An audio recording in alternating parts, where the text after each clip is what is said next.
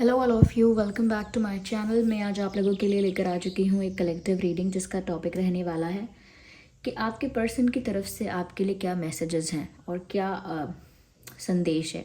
तो वो आपसे क्या कहना चाहते हैं, क्या चैनल मैसेजेस हैं, हम यहाँ पर देखेंगे।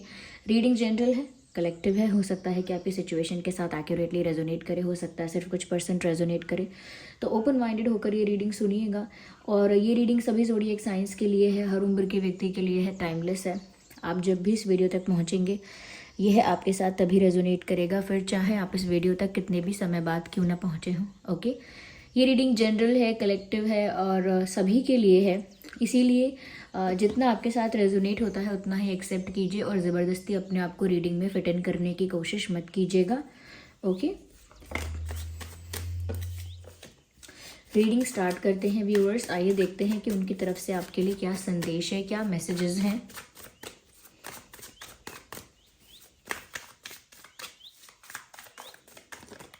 ओके, जब ऐसे कार्ड्स स्लिप होते हैं तो ऐसा पता लगता है कि जिस पर्सन के लिए आप ये रीडिंग देख रहे हैं उनकी ही energy all over the place है। ये कार्ड एक अनफोल्ड हुआ है और ये है 8 ऑफ वैंड्स।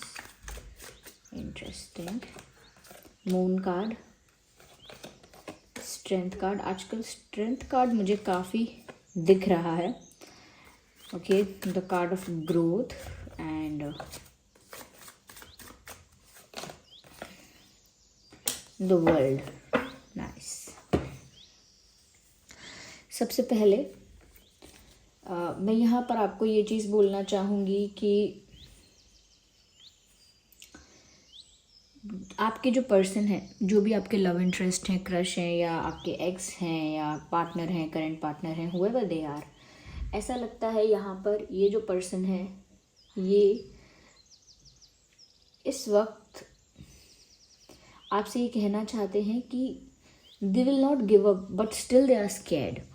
ऐसा कह रहे हैं कि मैं गिव अप तो नहीं करूँगा या मैं गिव अप तो नहीं करूँगी या नहीं करना चाहती हूँ, लेकिन फिर भी मुझे अभी डर लग रहा है। ऐसा नहीं है कि डर लग रहा है तो मैं गिव अप कर रही हूँ या कर रहा हूँ। डर लग रहा है, I am scared of the situation but I am not giving up. मुझे चाहे डर लग रहा हो, चाहे डिफ़िकल्टी हो रही हो, ये चाहे कुछ भी मुश्किलें आ रही हों, इस बात को ध्यान रखना कि मैं गिव अप नहीं करूँगा या नहीं करूँगी आपके ऊपर। तो वो आपसे कहना चाहती हैं या कहना चाहते हैं सबसे पहली बात कि वो आप पर कभी क्विट नहीं करेंगे, आप पर कभी गिव अप नहीं करेंगे या नहीं करेंगी। यहाँ पर ऐसा लगता है व्यूअर्स कि वो आपसे ये भी कहना चाहते हैं कि जितना आपको उनके इमोशंस, उनकी फीलिंग्स दिखी हैं अब तक, जितना उनकी तरफ से प्यार विजिबल हो पाया है आपको, वो जो प्यार है वो उनके ट्रू लव का 50% भी नहीं है। यानी कि उनको बताना है आपको, वो आपसे कहना चाहते हैं कि जितना तुम्हें पता है उससे कई ज़्यादा मैं तुम्हें प्यार करती हूँ या करता हूँ। जितना तुम जानते हो या जितना तुम अवेयर हो उससे कई ज़्यादा। तो जितना तुम्हें सिर्फ शो किया गया है तुम्हें उतना पता है, या जितना तुम ऑब्जर्व कर पाए हो सिर्फ तुम्हें उतना पता है। You don't know anything apart from that. Okay, तो वो ये बोलना चाहते हैं इसके अलावा आप कुछ नहीं जानते हैं। जबकि ये प्यार जो है वो बहुत डीप है, बहुत डीप है, बहुत स्ट्रॉन्ग है और कहीं ना कहीं बहुत प्योर है, बहुत इंटेंस भी है। तो वो आपको ऐसा बोलना चाहते हैं कि अभी तो आपको पता ही नहीं है कि ये प्यार है कितना। जितना आप समझते हो उससे कई ज़्यादा है, या जितना आपको दिखता है उससे कई ज़्यादा है। I love you much more than you think. आप जितना सोचते हो उससे कई ज़्यादा ये आपसे प्यार करते हैं, करती हैं, ऐसा कहना चाहते हैं। ओके, यहाँ पर ये भी ऐसा मैसेज चैनल हो रहा है जैसे वो कहना चाहते हैं I stay awake thinking about you, या I stay awake thinking about you. मतलब यही है कि वो जब रात हो रही है, सोने का समय हो रहा है, तो वो सोने नहीं जा रहे हैं या उनको नींद नहीं आ रही है, वो जागे रहते हैं या जागती रहती हैं आपके बारे में सोचते सोचते। तो वो आपके बारे में ऐसे समय में भी सोच रहे हैं या सोच रही हैं जब इंसान रिलैक्स कर सकता है, ओके, सोने जा सकता है, उस समय भी उनको आपकी बातें आती रहती हैं दिमाग में, आपके ही विचार आते रहते हैं दिमाग में। तो वो ऐसे कहना चाहते हैं I stay awake thinking about you. यानी कि कई बार ऐसा होता है कि वो जागते रहते हैं या जागती रहती हैं आपके बारे में सोचते सोचते। तो इसका मतलब ये आपको बताना चाहते हैं कि वो आपके बारे में बहुत सोचते हैं। वो कहाँ से इतने विचार आते हैं, दे डोंट इवन नो, उनको खुद नहीं पता, लेकिन वो इतना बोलना चाहते हैं, yes definitely they think about you a lot. And second, ऐसा लगता है ये इंसान बोलना चाहते हैं या चाहती हैं, I am very very sensitive and emotional about you.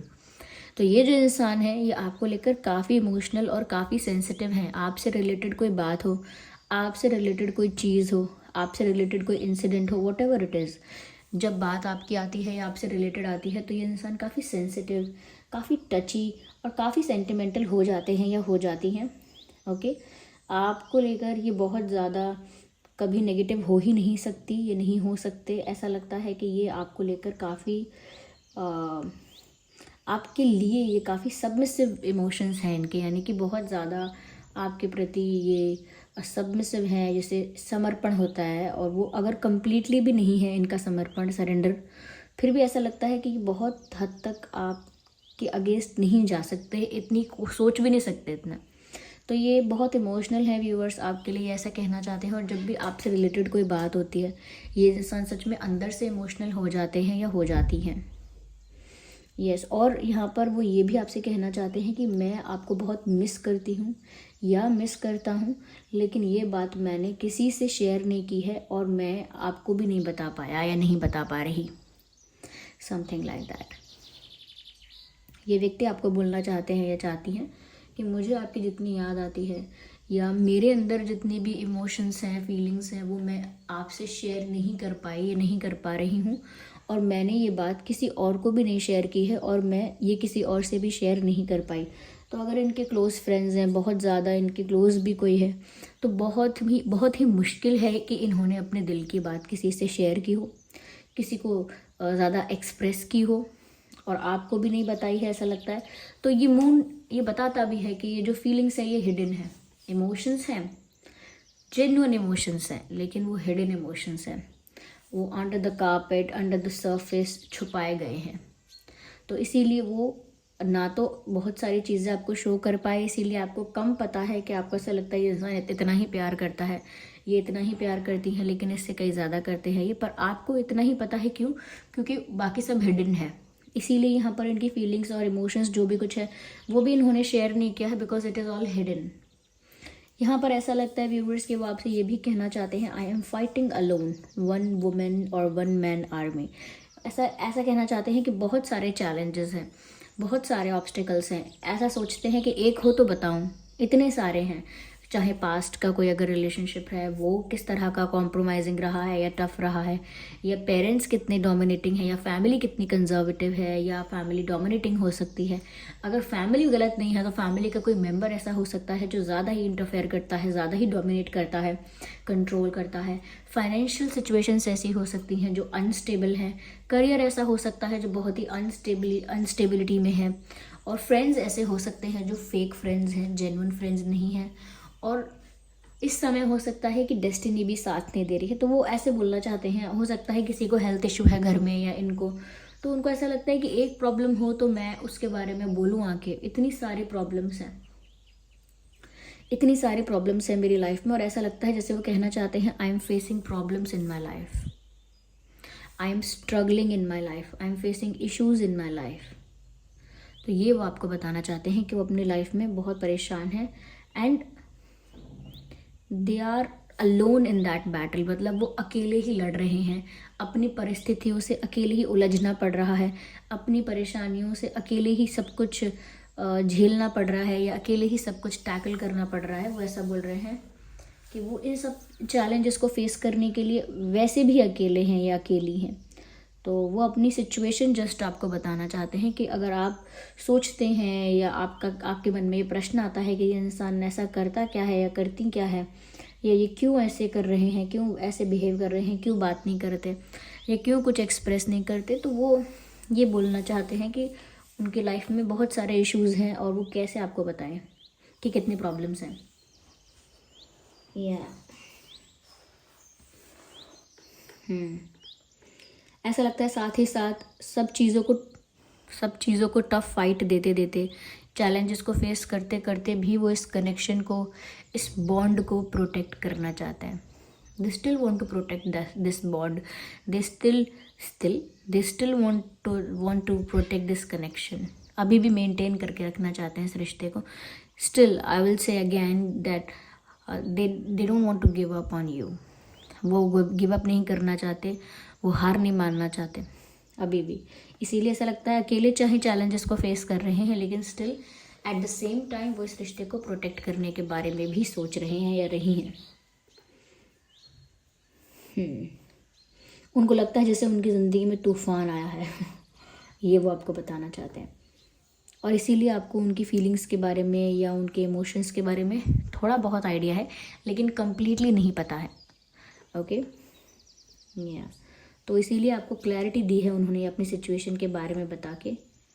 यहाँ पर ऐसा भी लगता है व्यूअर्स कि वो आपको काफ़ी ज़्यादा स्ट्रॉन्ग, कॉन्फिडेंट और करेजियस समझते हैं. उनको लगता है आप बहुत स्ट्रॉन्ग पर्सनालिटी के इंसान हैं, बहुत करेजियस इंसान हैं, बहुत कॉन्फिडेंट इंसान हैं. आप इनको इजीली संभाल सकते हैं क्योंकि आपके अंदर वो क्वालिटी है, या आप एक हीलर हैं, ऐसा हो सकता है. ओके, एक हीलर वाली क्वालिटी हो सकती है, या एक प्योर सोल हैं आप, या हो सकता है कि व्यूअर्स आप बहुत स्ट्रॉन्ग हैं. एक्सपीरियंस आपको लाइफ में ऐसे हुए हैं, या विजडम आपके पास इतनी है जिससे लगता है कि आप काफ़ी स्ट्रॉन्ग हैं और आप इनको सपोर्ट प्रोवाइड कर सकते हैं. Some kind of support, I don't know ये किस तरह के सपोर्ट की बात हो रही है, किस तरह का सपोर्ट एक्सपेक्ट कर रहे हैं, लेकिन ऐसा लगता है कि जैसे वो आपसे कहना चाहते हैं you are my strength, you are my strength, you are my support, you are my moral support, emotional support. Okay, and वो आपको ये भी बोलना चाहते हैं that you are my angel, you are my healer, I need you to be with me. ये सब messages channel ही हो रहे हैं जो मैं बोलती जा रही हूँ. I need you to be with me, इसका मतलब है कि मुझे चाहिए, कि मुझे ज़रूरत है कि आप मेरे साथ ही रहें, क्योंकि मुझे आपकी ज़रूरत है. ओके, साथ ही साथ ऐसा लगता है जैसे आप इस इंसान की ताकत है. यस, ये वो आपको बोलना चाहते हैं.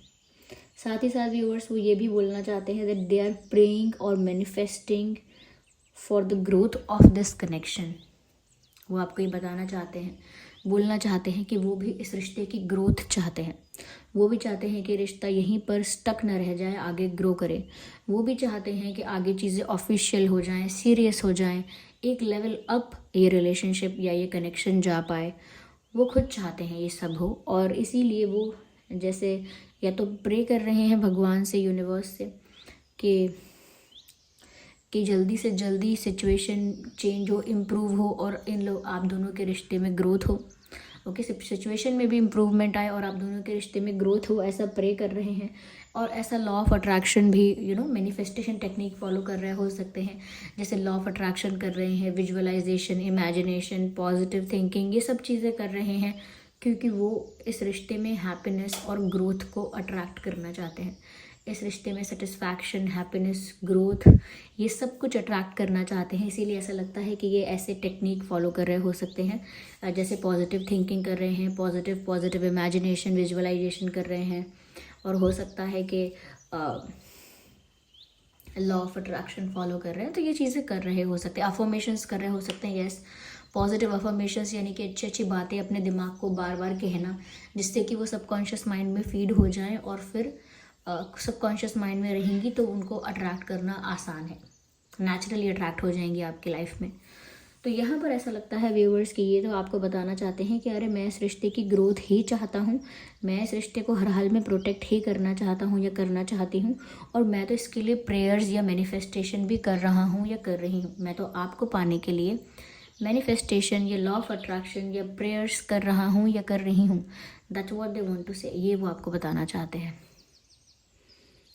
यस, और वो आपको ये भी बोलना चाहते हैं कि ये रिश्ते का कोई सा भी स्टेज हो, लेकिन आगे तक हमें इस रिश्ते को लेके जाना है, या मैं इस रिश्ते को ले जाना चाहती हूँ या ले जाना चाहता हूँ आगे तक. यहाँ पर व्यूअर्स वो आपसे ये भी कहना चाहते हैं कि वो आपके साथ फ्रीडम में एंजॉय करना चाहते हैं, यानी कोई रिस्ट्रिक्शन ना हो, किसी का कंट्रोल ना हो, कोई टाइम लिमिट ना हो, किसी का डर ना हो. तो वो एक आज़ादी के साथ आपके साथ वक्त बिताना चाहते हैं, चाहती हैं. क्वालिटी टाइम स्पेंड करना चाहते हैं, और साथ ही साथ ऐसा लगता है जैसे आपके साथ डेट पर जाना चाहते हैं, कहीं आउटिंग्स पर जाना चाहते हैं, आपके साथ हैंग आउट करना है। तो पिकनिक हो गया या आउटिंग्स किसी तरह की हो गई, ओके, ट्रिप पर जाना, वेकेशन पर जाना, ओके, आपके साथ किसी ऐसी जगह पर जाना जो जहाँ पर नेचर बहुत है, नेचर है, रिवर है, सी है, पहाड़ है, ऐसी जगहों पर आपके साथ जाना और इन्जॉय करना, आपके साथ क्वालिटी टाइम स्पेंड करना और उस फ्रीडम को फील कर पाना, उस प्यार को भी फील कर पाना। तो यानी कि ऐसा लगता है कि ये इंसान आपके साथ ट्रैवल करना चाहता है। और अगर एक लॉन्ग डिस्टेंस कनेक्शन है तो ये कहना चाहते हैं कि मैं आपके पास भाग कर आना चाहती हूँ या भाग कर आ जाना चाहता हूँ, अगर लॉन्ग डिस्टेंस कनेक्शन है। और अगर लॉन्ग डिस्टेंस कनेक्शन नहीं भी है तो भी आपसे ऐसा कहना चाहते हैं कि मन करता है कि आपको इन सब से दूर कहीं ले जाऊँ, आपके साथ ट्रैवल करूं, घूमूं फिरूं, कहीं दूर आपको ले जाऊं, ऐसा वो आपको कहना चाहती हैं या कहना चाहते हैं। या क्योंकि उनको वो फ्रीडम फील नहीं होती है करंट सिचुएशन में कि वो आपके साथ एंजॉय कर पाएँ, खुल के यहाँ वहाँ जा पाएँ, अच्छा टाइम स्पेंड कर पाएँ, उनको काफ़ी रिस्ट्रिक्शन फील होती है। देखिए, मैंने शुरू में भी कहा था ये रीडिंग सभी ज़ोडिएक साइंस के लिए है, तो यहाँ ऑलमोस्ट सभी साइंस कवर होंगे, आप ये मान के चलिए। तो चाहे आपका या आपके पार्टनर का कोई भी ज़ोडिएक साइन हो, ये रीडिंग रेजोनेट कर सकती है, ओके। फिर भी मैं कह देती हूँ कि फायर साइन प्रोमिनेंट है, ज़्यादा प्रोमिनेंट है फायर साइन, लेकिन स्टिल ये रीडिंग सभी ज़ोडिएक साइंस के लिए है, ओके व्यूअर्स। और आपके पर्सन ये सब बातें आपसे कहना चाहते हैं या चाहती हैं। आइए चलिए हैंड रिटन मैसेजेस देखते हैं कि वो और क्या आपको बोलना चाहते हैं या चाहती हैं।